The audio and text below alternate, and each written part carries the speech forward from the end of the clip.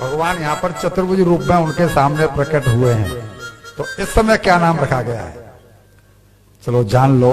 ये छोटे छोटे रहस्य ऐसे हैं कि जब वक्ता सुनाते हैं तो समझ में नहीं पड़ता कि जी नाम कहां से आ गया। भगवान का नाम रखा गया उपेंद्र, इंद्र के छोटे भाई हैं।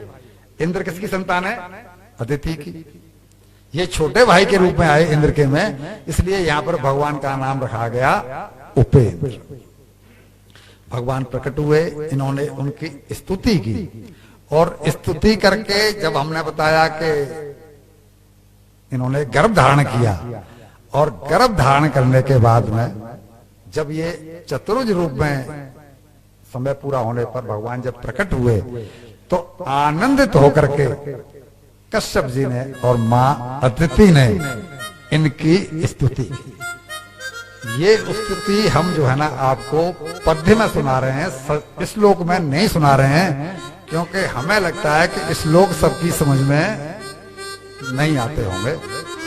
पद्य में एक हमारे मित्र ने हमको रचना करके दी कि जब आप कथा सुनाते हैं तो एक रचना लिख करके दें, हमारी लिखी हुई नहीं है, एक रचना लिख करके दें। मैंने कहा भाई आप कैसे लिखेंगे, बोला हम पद्य में लिख करके आपको देते हैं। तो ये लाइन उनकी, सबके कारण तुम भगवाना, माता अदिति और कश्यप जी कह रहे हैं कि सबके कारण तुम भगवाना, तुम ही जगत बन के प्रकटाना।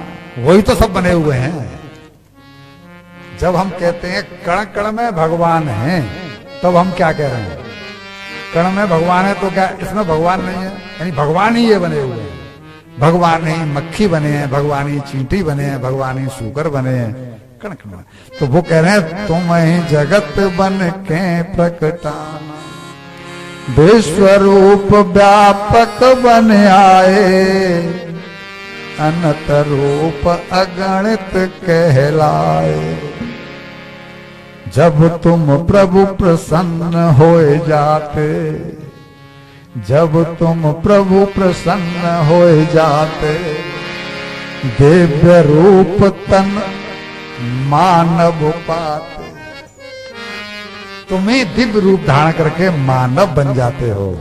ये पंक्ति क्या कह रही है, दिव्य शब्द क्यों लगाया मानव के आगे। हम दिव्य हैं, हम नहीं मान रहे लेकिन हम दिव्य ही हैं,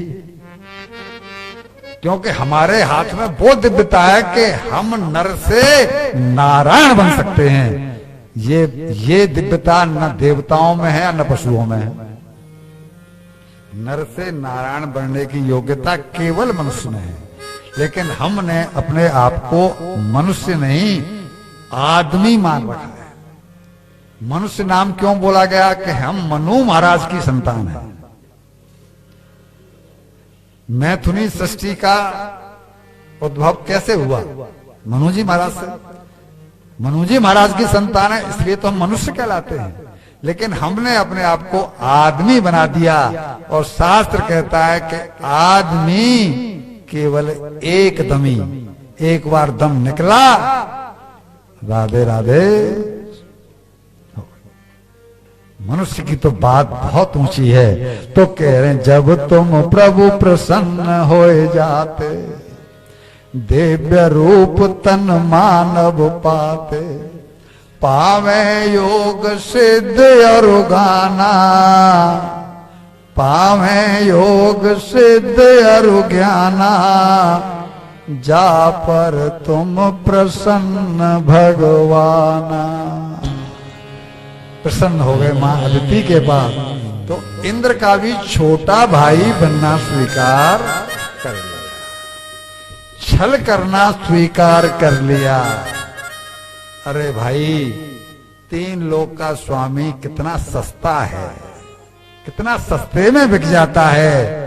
हमें करना कुछ नहीं है। बोला करना क्या है फिर, बोला जो करना है बस उसी को नहीं करना है, और तीन लोक का स्वामी बिक जाएगा।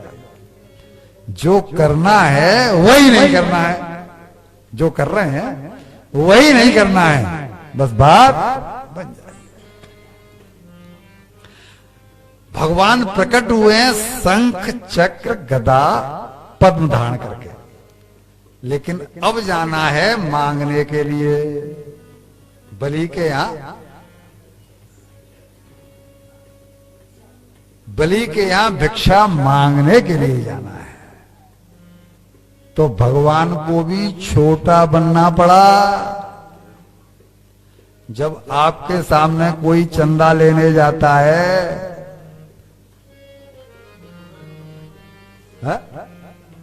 छोटा बनता है नहीं बनता है? भिखारियों की बात नहीं कर रहा हूं, सेठों की बात कर रहा हूं।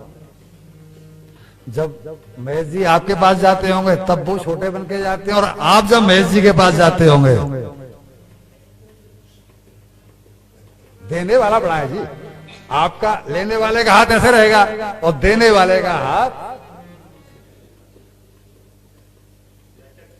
याचक बन के जाते हैं। तो भगवान को भी छोटा बनना पड़ा, और भगवान ने केवल 52 अंगुल का शरीर धारण किया है, जो भगवान का 52 अवतार कहलाया है। अभी हम अपनी कथा को कंटिन्यू रखते हैं, जब तक उनको समय लग रहा है तब तक अच्छा है। समय लग जाए तो हमारी कथा पूरी, वरना जैसे ही झांकी आ जाती है सब लोग खड़े हो जाते हैं और उनका तिलक छापों में ही समय। बोलिए श्री वामन भगवान की जय। अब इनको गायत्री ने कुछ प्रदान किया, इन्होंने कुछ प्रदान किया, उन्होंने कुछ प्रदान किया, और भगवान अपना 52 वेश धारण करके और चले वहां जहां बलि यज्ञ कर रहे थे। भगवान ने जैसे ही यज्ञ मंडप में प्रवेश किया, एक बात हम यहां पर और कहते हैं, जिस समय भगवान राम ने सीता जी को विवाहने के लिए यानी धनुष तोड़ने के लिए जब यज्ञ मंडप में प्रवेश किया, जहां धनुष रखा हुआ था, वहां तुलसीदास जी ने एक पंक्ति लिखी कि जाकी रही भावना जैसी प्रभु मूरत देखी तिन तैसे। आप इसकी व्याख्या करिए, ऐसा कैसे हो गया? इससे पहले हम सुनाएंगे कि भगवान को कुब्जा ने देखा तो भगवान उसे बड़ा दिव्य पुरुष दिखाई पड़े हैं, कामदेव के समान है और सुंदर दिखाई पड़े हैं। जबकि बाल कृष्ण की उम्र उस दिन केवल 11 साल 52 दिन है। भगवान काले हैं, और वहां पर भी हम आपको ये चौपाई सुनाएंगे, है रामायण की, लेकिन वहां भी वक्ता लोग सुनाते हैं कि भगवान जब यज्ञ मंडप में प्रवेश किया तो जाके रही भावना जैसी, और वहां वो श्लोक है, भाव उसका यही है, नो डाउट। लेकिन हम ये जानना चाहते हैं ये हुआ कैसे। इस प्रसंग में हम इसलिए सुना रहे हैं कि ये थोड़ा सा रहस्य है, इसलिए कि भगवान जब चाहते हैं तब रूप वैसा धारण कर लेते हैं। अब इसका क्लियरिफिकेशन कर रहे हैं, तो ये देखो कि जिस समय भगवान ने रास प्रसंग में अपनी बांसुरी बजाई है, तो भगवान की बांसुरी एक ही गोपी को क्यों सुनाई पड़ी? मतलब हर गोपी को अलग अलग सुनाई पड़ी है, और हर गोपी को उस बांसुरी में अपना ही नाम सुनाया है, अपनी नाम सुनाई पड़ा है। उसकी जेठानी को नहीं सुना पड़ा, उसके पति को नहीं सुनाई पड़ा, उसके ससुर को नहीं सुनाई पड़ा। ऐसा कैसे?